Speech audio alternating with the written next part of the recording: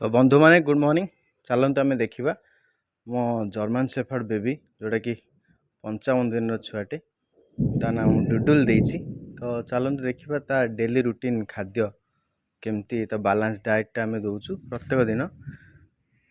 तो प्रथमे जाइथिल chicken centre तापाई कलिजा एवं लिवर नहीं आसती ताकू बॉयल करिकी भलसे तापर ताकू छोट छोट करके काटी टिक टिक करके पूरा कुनी कुनी तापर ताकू आमर जो गरम भात को पूरा नरम गरम भात को पूरा दलिकी ता सहित मिक्स करके भलसे पूरा पेस्ट टाइप रो कली तापरे दही को गोले भलसे हाथ में गोले तापर ताकू मु खाया दिए।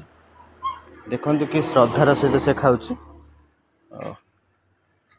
देखो बहुत सुंदर भाव से बहुत भल पाए खावाटा को आउ बालांस डाएट अच्छी जोटा कि आमर विटामिन ए भी अच्छी जोटा कि आप देखुए कलिजा आउ लिवर तापर आमर दही अच्छी जोटा कि तार डाइजेशन हेल्प करिवो आउ तार जो लंग कोट अच्छी ताकू बहुत हेल्पफुल रहिबो झड़बनी।